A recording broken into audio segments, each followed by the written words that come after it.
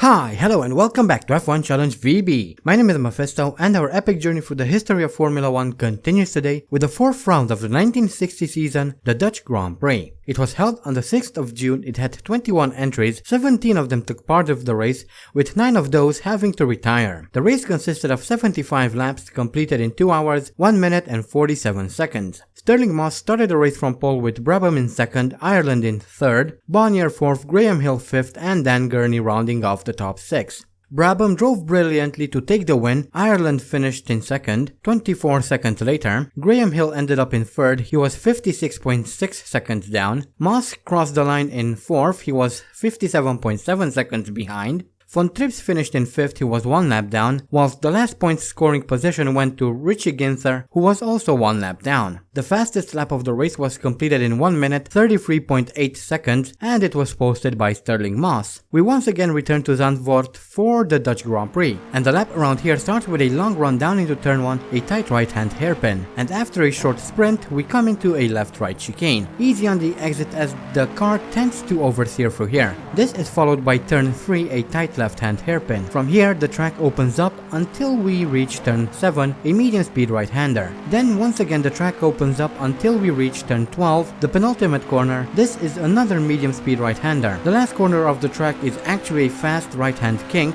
which brings us around onto the main straight, and that is a lap around the Zandvoort circuit.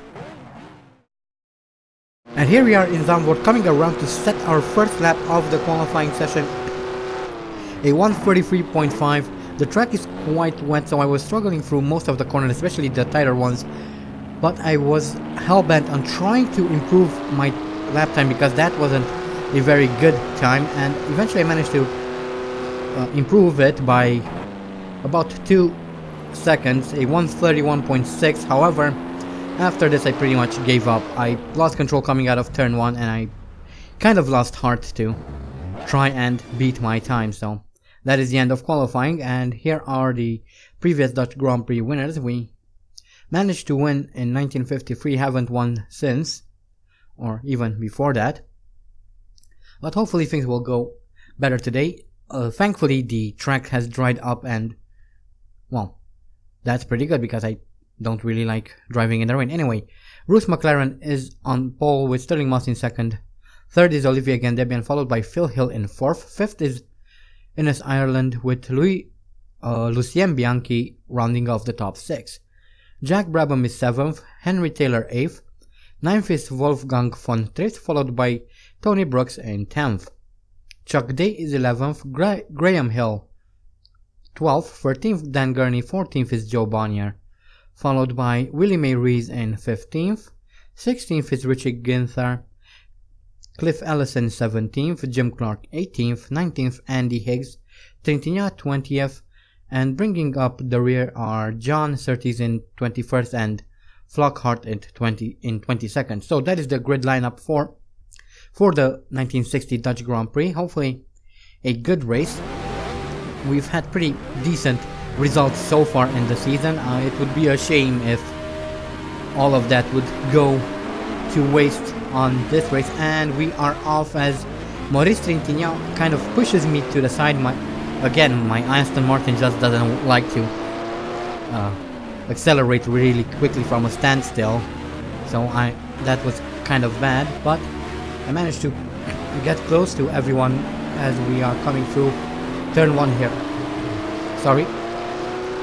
However, I'm not really able to make up any positions, so but I'm hoping that we will be able to do something before the end of the lap. However, John Surtees is kind of pulling away from me at the moment, which isn't very very helpful. And here's the replay of the start. We see there Trintignant crashing into the back of my Aston Martin, pushing me aside, which didn't really help with my bad start, unfortunately. But again, I'm hoping that we will be able to make up some positions eventually throughout the race, hopefully before the end of the first lap. That would be very, very helpful as we come through the chicane and go into the hairpin. However, towards the end of lap 1, John Surtees has managed to pull a gap of 5.5 seconds from us, so that's not very good, and things don't look very well for us, and I'm quite concerned. However, on lap 3 here, Lucien Bianchi had some sort of a problem with his car, and we managed to slip into 21st. Jim Clark is now 6 seconds up the road. However, later on he retires from the race, not entirely sure why. So we move up into 20th, now chasing after John Surtees once again. He is 12 seconds up the road, and here is a replay of Jim Clark. He pulls to the side, and apparently he had a suspension problem, so that's his race over. Then on lap 5 I braked a bit late coming into turn 1, allowing Lucien Bianchi to overtake me once again, so we fall down to 21st, which is not good. And then coming through the chicane, I'm not quite sure what happened. However, I did roll a couple of times there. Thankfully, I ended up on my wheel so I can continue the race. However, were this in real life, I probably would be dead by this point. Thankfully, this isn't. Anyway, we've just started lap 7, and Henry Taylor and Tony Brooks are both out of the race, so I think we'll have a replay. Yes, indeed we do. This is Henry Taylor coming into the chicane and crashes into Tony Brooks's car.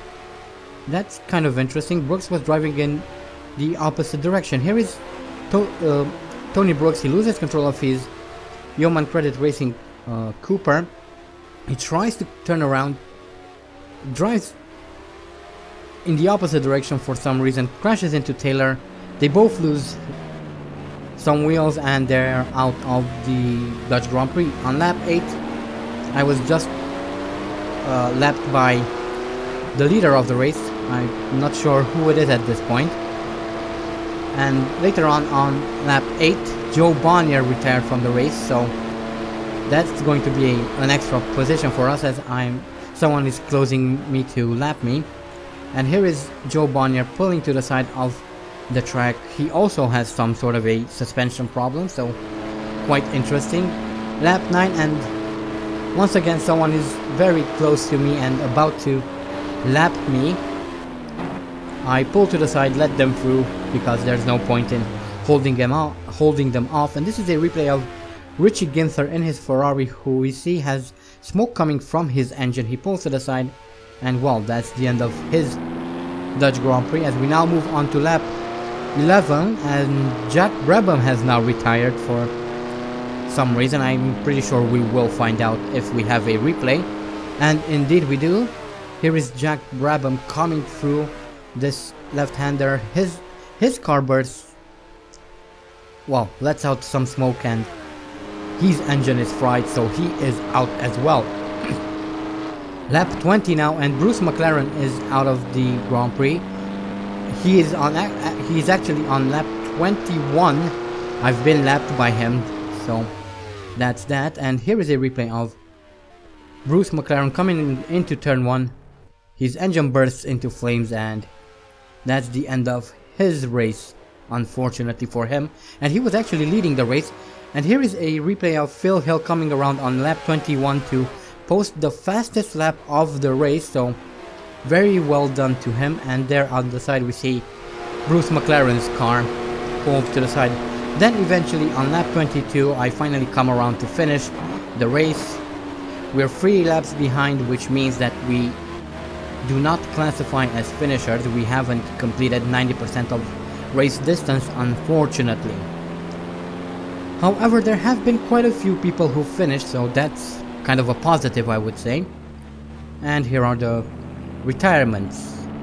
We have 2, 4, 8 people retired, so that's quite a good result, I would say. But that was the Dutch Grand Prix. Aside from the fact that I was struggling to keep up with the AI, the rest of the race was pretty good. Only a handful of retirements really.